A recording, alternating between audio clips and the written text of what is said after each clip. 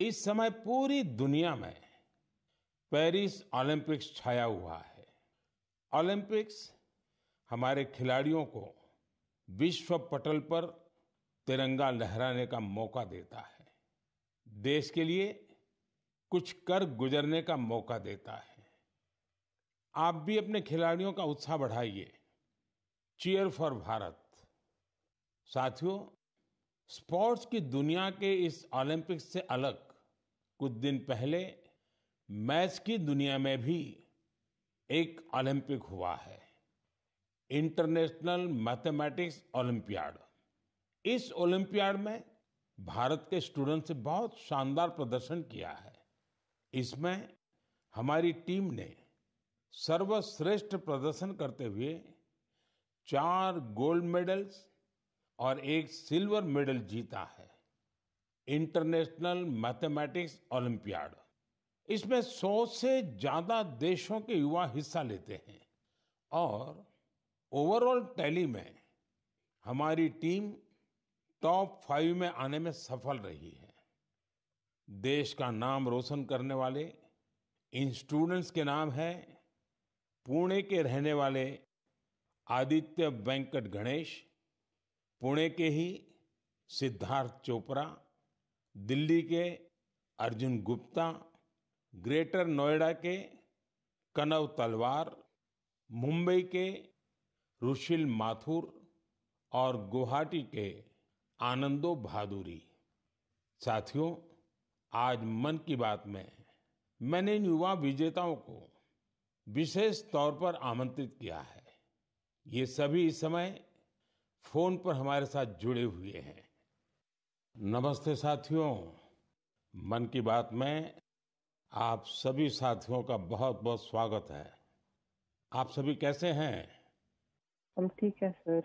अच्छा साथियों, मन की बात के जरिए देशवासी आप सभी के एक्सपीरियंसेस जानने को बहुत उत्सुक है। मैं शुरुआत करता हूं आदित्य और सिद्धार्थ से। आप लोग पुणे में हैं। सबसे पहले मैं आपसे ही शुरू करता हूं। ओलंपियाड के दौरान आपने जो अनुभव किया उसे हम सभी के साथ शेयर कीजिए। मुझे मैथ्स में छोटे से इंटरेस्ट था। मुझे 5th स्टैंडर्ड में ओम प्रकाश सर के टीचर ने सिखाया था और उन्होंने मेरे मैथ्स में इंटरेस्ट बढ़ाया था। मुझे कुछ सीखना मिला और मुझे करने को अपॉर्चुनिटी मिला था। आपके साथी का क्या कहना है? मैं सिद्धार्थ हूँ, मैं पुणे से हूँ। मैं भी क्लास 12 पास किया हूँ। ये मेरा सेकंड टाइम था आईएमओ में। मुझे भी छोटे से बहुत इंटरेस्ट था मैथ्स में और आदित्य के साथ जब मैं 6th में था ओम प्रकाश सर ने हम दोनों को ट्रेन किया था और बहुत हेल्प हुआ था हमको। और अभी मैं कॉलेज के लिए सीएमआई जा रहा हूँ और मैथ्स एंड सीएस परस्यू कर रहा हूँ। अच्छा, मुझे बताया गया है कि अर्जुन इस समय गांधीनगर में है और कनव तो ग्रेटर नोएडा के ही है। अर्जुन और कनव, हमने ओलंपियाड को लेकर जो चर्चा की, लेकिन आप दोनों हमें अपनी तैयारी से जुड़ा कोई विषय और कोई विशेष अनुभव अगर बताएंगे तो हमारे श्रोताओं को अच्छा लगेगा। नमस्ते सर, जय हिंद। मैं अर्जुन बोल रहा हूँ। जय हिंद अर्जुन। मैं दिल्ली में रहता हूँ और मेरी मदर श्रीमती आशा गुप्ता फिजिक्स की प्रोफेसर हैं दिल्ली यूनिवर्सिटी में और मेरे father Shri Amit Gupta chartered accountant हैं। मैं भी बहुत गौरवान्वित महसूस कर रहा हूँ कि मैं अपने देश के प्रधानमंत्री से बात कर रहा हूँ। और सबसे पहले मैं अपनी सफलता का श्रेय अपने माता पिता को देना चाहूँगा। मुझे लगता है कि जब एक परिवार में कोई सदस्य एक ऐसे कंपटीशन की तैयारी कर रहा होता है तो केवल उस सदस्य का संघर्ष नहीं होता, पूरे परिवार का संघर्ष होता है। एसेंशियली हमारे पास जो हमारा पेपर होता है उसमें हमारे पास 3 प्रॉब्लम्स के लिए 4.5 घंटे होते हैं, तो एक प्रॉब्लम के लिए 1.5 घंटा। तो हम समझ सकते हैं कि कैसे हमारे पास एक प्रॉब्लम को सॉल्व करने के लिए कितना समय होता है। तो हमें घर पे काफ़ी मेहनत करनी पड़ती है, हमें प्रॉब्लम्स के साथ घंटों लगाने पड़ते हैं। कभी-कभार तो एक-एक प्रॉब्लम के साथ 1 दिन या यहाँ तक कि 3 दिन भी लग जाते हैं। तो इसके लिए हमें ऑनलाइन प्रॉब्लम्स ढूँढनी होती हैं, हम पिछले साल की प्रॉब्लम ट्राई करते हैं और ऐसे जैसे हम धीरे-धीरे मेहनत करते जाते हैं, उससे हमारा एक्सपीरियंस बढ़ता है। हमारी सबसे ज़रूरी चीज़ हमारी प्रॉब्लम सॉल्विंग एबिलिटी बढ़ती है, जो ना कि हमें मैथमेटिक्स में बल्कि जीवन के हर एक क्षेत्र में मदद करती है। अच्छा, मुझे कनव बता सकते हैं कि कोई विशेष अनुभव हो इस सारी तैयारी में, कोई खास जो हमारे नौजवान साथियों को बड़ा अच्छा लगे जान करके? मेरा नाम कनव तलवार है। मैं ग्रेटर नोएडा उत्तर प्रदेश में रहता हूँ और कक्षा 11वीं का छात्र हूँ। मैथ्स मेरा पसंदीदा सब्जेक्ट है और मुझे बचपन से मैथ्स बहुत पसंद है। बचपन में मेरे पिता मुझे पजल्स कराते थे जिससे मेरा इंटरेस्ट बढ़ता गया। मैंने ओलंपियाड की तैयारी 7th क्लास से शुरू की थी, जिसमें मेरी सिस्टर का बहुत बड़ा योगदान है और मेरे पेरेंट्स ने भी हमेशा मुझे सपोर्ट किया। ये ओलंपियाड एचपीसीएसई कंडक्ट कराता है और ये एक 5 स्टेज प्रोसेस होता है। पिछले साल मेरा टीम में नहीं हुआ था और मैं काफ़ी करीब था और ना होने पर बहुत दुखी था। तब मेरे पेरेंट्स ने मुझे सिखाया कि या हम जीतते हैं या हम सीखते हैं और सफ़र मायने रखता है, सफलता नहीं। तो मैं यही कहना चाहता हूँ कि love what you do and do what you love. सफ़र मायने रखता है, सफलता नहीं।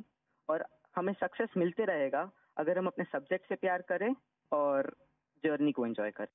तो कानव, आप तो मैथमेटिक्स में भी इंटरेस्ट रखते हो और बोलते हैं ऐसे जैसे आपको साहित्य में भी रुचि है। जी सर, मैं बचपन में डिबेट्स और ओरेटिंग्स भी करता था। अच्छा, अब आइए हम आनंदो से बात करते हैं। आनंदो, आप अभी गुवाहाटी में हैं और आपका साथी रुशील आप मुंबई में हैं। मेरे आप दोनों से एक क्वेश्चन है। देखिए, मैं परीक्षा पे चर्चा तो करता ही रहता हूँ और परीक्षा पे चर्चा के अलावा अन्य कार्यक्रमों में भी मैं स्टूडेंट से संवाद करता रहता हूँ। बहुत से छात्रों को मैथ से इतना डर लगता है, नाम सुनते ही घबरा जाते हैं। आप बताइए कि मैथ से दोस्ती कैसे की जाए? सर, मैं रुशिल माथुर हूँ। जब हम छोटे होते हैं और हम पहली बार एडिशन सीखते हैं, हमें कैरी फॉरवर्ड समझाया जाता है, पर हमें कभी ये समझाया नहीं जाता कि कैरी फॉरवर्ड होता क्यों है। जब हम कंपाउंड इंटरेस्ट पढ़ते हैं, हम ये क्वेश्चन कभी नहीं पूछते कि ये कंपाउंड इंटरेस्ट का फॉर्मूला आता कहाँ से। मेरा मानना ये है कि मैथ्स एक्चुअली एक सोचने और प्रॉब्लम सॉल्विंग की एक कला है, और इसलिए मुझे ये लगता है कि अगर हम सब मैथमेटिक्स में एक नया क्वेश्चन जोड़ दें, तो ये क्वेश्चन है कि हम ये क्यों कर रहे हैं, ये ऐसे क्यों होता है। तो आई थिंक इससे मैथ्स में बहुत इंटरेस्ट बढ़ सकता है लोगों का, क्योंकि जब किसी चीज़ को हम समझ नहीं पाते, उससे हमें डर लगने लगता है। इसके अलावा मुझे ये भी लगता है कि मैथ्स, सब सोचते हैं, एक बहुत लॉजिकल सा सब्जेक्ट है, पर इसके अलावा मैथ्स में बहुत क्रिएटिविटी भी इम्पोर्टेंट होती है, क्योंकि क्रिएटिविटी से ही हम out of the box solutions सोच पाते हैं जो ओलंपियाड्स में बहुत यूजफुल होते हैं। और इसलिए मैथ ओलंपियाड्स का भी बहुत इम्पोर्टेंट रेलेवेंस है मैथ्स के इंटरेस्ट बढ़ाने के लिए। आनंदो, कुछ कहना चाहेंगे? नमस्ते पीएम जी। मैं आनंद खैरव गुवाहाटी से। मैं भी अभी 12वीं कक्षा पास किया हूँ। यहाँ के लोकल ओलंपियाड में 6th और 7th में करता था, वहाँ से ही हुई। ये मेरी दूसरी आईएमओ थी। दोनों आईएमओ बहुत अच्छे लगे। मैं रुशिल जो कहा उससे मैं सहमत हूँ, और मैं ये भी कहना चाहूँगा कि जिन्हें मैथ से डर है उन्हें धैर्य की बहुत जरूरत है। कि हमें मैथ जैसे पढ़ाया जाता है, क्या होता है, एक फार्मूला दिया जाता है, वो रटा जाता है, फिर उस फार्मूला से ही 100 सवाल ऐसे करने पड़ते हैं। लेकिन फार्मूला समझे कि नहीं वो नहीं देखा जाता, सिर्फ सवाल करते ही जाओ, फार्मूला भी रटा जाएगा, और फिर एग्जाम में अगर फार्मूला भूल गया तो क्या करेगा। इसलिए मैं कहूँगा कि फार्मूला को समझो, जो रुशिल कहा था, तो धैर्य से देखो। अगर फार्मूला ठीक से समझे तो 100 सवाल नहीं करने पड़ेंगे, 1-2 सवाल से ही हो जाएंगे, और मैथ्स को डरना भी नहीं है। आदित्य और सिद्धार्थ, आप जब शुरू में बात कर रहे थे तब ठीक से बात हो नहीं पाई। अब इन सारे साथियों को सुनने के बाद आपको भी जरूर लगता है कि आप भी कुछ कहना चाहते होंगे। क्या आप अपने अनुभव अच्छे ढंग से शेयर कर सकते हैं? बहुत सारे दूसरे देशों से इंटरैक्ट किया था, बहुत सारे कल्चर्स थे, और बहुत अच्छा था दूसरे स्टूडेंट्स से इंटरैक्ट करने के, और बहुत सारे फेमस मैथमेटिशियंस थे। हाँ आदित्य। बहुत अच्छा एक्सपीरियंस था मैम। उधर हमें उन्होंने पर्थ सिटी को घुमा के दिखाया था। उधर बहुत अच्छे अच्छे व्यूज दिखे थे और पार्क्स लेके गए थे, और हमें ऑक्सफोर्ड यूनिवर्सिटी को भी लेके गए थे। तो वो भी बहुत अच्छा अनुभव था। चलिए साथियों, मुझे बहुत अच्छा लगा आप लोगों से बात करके, और मैं आपको बहुत बहुत शुभकामनाएं देता हूं, क्योंकि मैं जानता हूं इस प्रकार के खेल के लिए काफ़ी फोकस एक्टिविटी करनी पड़ती है, दिमाग खपा देना पड़ता है, और परिवार के लोग भी कभी कभी तंग आते हैं कि ये क्या गुणा भाग करता रहता है। लेकिन मेरी तरफ से आपको बहुत बहुत शुभकामनाएं हैं। आपने देश का मान बढ़ाया है, नाम बढ़ाया है। धन्यवाद दोस्तों। Thank you sir. धन्यवाद। Thank you. Thank you sir. जय हिंद। धन्यवाद। जय हिंद, जय हिंद। आप सभी स्टूडेंट से बात करके आनंद आ गया। मन की बात से जुड़ने के लिए आप सभी का बहुत बहुत धन्यवाद। मुझे विश्वास है कि मैथ्स के इन युवा महारथियों को सुनने के बाद दूसरे युवाओं को मैथ्स को एंजॉय करने की प्रेरणा मिलेगी। मेरे प्यारे देशवासियों, मन की बात में अब मैं उस विषय को साझा करना चाहता हूं जिसे सुनकर हर भारतवासी का सिर गर्व से ऊंचा हो जाएगा। लेकिन इसके बारे में बताने से पहले मैं आपसे एक सवाल करना चाहूंगा। क्या आपने चराई देऊ मैदान का नाम सुना है? अगर नहीं सुना तो अब आप ये नाम बार बार सुनेंगे और बड़े उत्साह से दूसरों को बताएंगे। असम के चराई देऊ मैदान को यूनेस्को वर्ल्ड हेरिटेज साइट में शामिल किया जा रहा है। इस लिस्ट में यह भारत की 43वीं लेकिन नॉर्थ ईस्ट की पहली साइट होगी। साथियों, आपके मन में ये सवाल जरूर आ रहा होगा कि चराई देऊ मैदान आखिर है क्या और ये इतना खास क्यों है? चराई देऊ का मतलब है shining city on the hills, यानी पहाड़ी पर एक चमकता शहर। ये अहोम राजवंश की पहली राजधानी थी। अहोम राजवंश के लोग अपने पूर्वजों के शव और इनकी कीमती चीजों को पारंपरिक रूप से मैदान में रखते थे। मैदान टीले नुमा एक ढांचा होता है जो ऊपर मिट्टी से ढका होता है और नीचे एक या उससे ज्यादा कमरे होते हैं। ये मैदान अहोम साम्राज्य के दिवंगत राजाओं और गणमान्य लोगों के प्रति श्रद्धा का प्रतीक है। अपने पूर्वजों के प्रति सम्मान प्रकट करने का ये तरीका बहुत यूनिक है। इस जगह पर सामुदायिक पूजा भी होती थी। साथियों, अहोम साम्राज्य के बारे में दूसरी जानकारियां आपको और हैरान करेगी। 13वीं शताब्दी के शुरू होकर यह साम्राज्य 19वीं शताब्दी की शुरुआत तक चला। इतने लंबे कालखंड तक एक साम्राज्य का बने रहना बहुत बड़ी बात है। शायद अहोम साम्राज्य के सिद्धांत और विश्वास इतने मजबूत थे कि उसने इस राजवंश को इतने समय तक कायम रखा। मुझे याद है कि इसी वर्ष 9 मार्च को मुझे अदम्य साहस और शौर्य के प्रतीक महान अहोम योद्धा लसित बोरफुकन की सबसे ऊंची प्रतिमा के अनावरण का सौभाग्य मिला था। इस कार्यक्रम के दौरान अहोम समुदाय आध्यात्मिक परंपरा का पालन करते हुए मुझे अलग ही अनुभव हुआ था। लसित मैदान में अहोम समुदाय के पूर्वजों को सम्मान देने का सौभाग्य मिलना मेरे लिए बहुत बड़ी बात है। अब चराई देऊ मैदान के वर्ल्ड हेरिटेज साइट बनने का मतलब होगा कि यहाँ पर और अधिक पर्यटक आएंगे।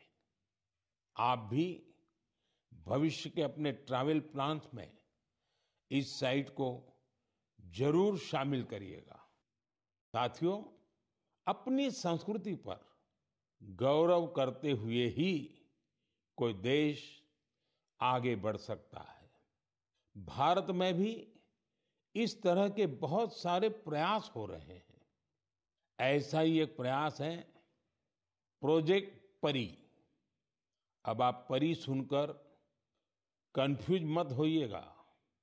ये परी स्वर्ग की कल्पना से नहीं जुड़ी, बल्कि धरती को स्वर्ग बना रही है। परी यानी public art of India.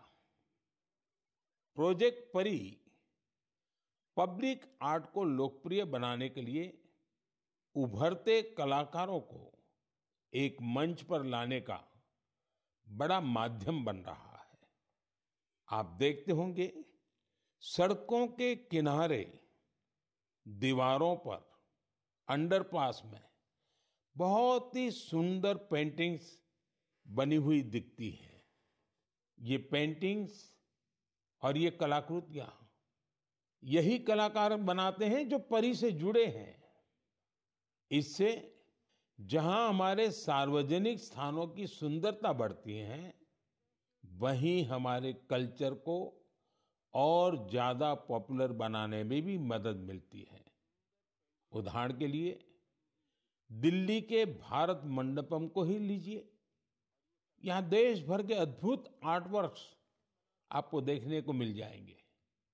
Delhi में कुछ अंडरपास और फ्लाईओवर पर भी आप ऐसे खूबसूरत पब्लिक आर्ट देख सकते हैं। मैं कला और संस्कृति प्रेमियों से आग्रह करूंगा कि वे भी पब्लिक आर्ट पर और काम करें। ये हमें अपनी जड़ों पर गर्व करने की सुखद अनुभूति देगा।